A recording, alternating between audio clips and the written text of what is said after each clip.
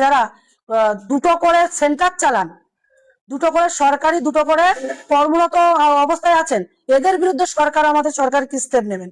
আমাদের সরকারেরও স্টেপ নিতে হবে এবং আমিও স্টেপ নেব। কেননা একজন মহিলা শুধুমাত্র তৃণমূল সরকার, কথায় আছে পশুকে বন থেকে তোলা গেলেও তার মন থেকে বনকে তোলা যায় না। তেমনই এমএলএ এমপি যেসব মানুষরা ভোটে দাঁড়িয়েছে তাদের মিনিমাম অন্তত কিছু শিক্ষাগত যোগ্যতা থাকার দরকার আছে। সেই শিক্ষাগত যোগ্যতা এই মহিলার নেই। এই মহিলা যাদের নিয়ে কথা বলছে সেটা হচ্ছে আইসিডি স্কুল। যেসব আইসিডি স্কুলের অনেক দেখবেন আইসিডি স্কুলের কর্মী আছে, সহায়িকা নেই, বা সহায়িকা আছে কর্মী নেই। সেইখানে কিন্তু সরকাররা তাদের নিজে থেকে চাপিয়ে দিয়েছে দুটো তিনটে স্কুলের দায়িত্ব।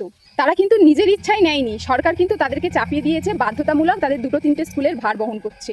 কিন্তু আপনার এটা জানা দরকার ছিল, বা আপনি আগে এটা জেনে শুনেই কথা বলতেন যে ওরা দুটো তিনটে স্কুলের কাজ নিয়েছে ঠিকই কথা, কিন্তু দুটো তিনটে মাইনে পায় না। ঠিক আছে, তারা মাইনে কিন্তু একটাই পায়।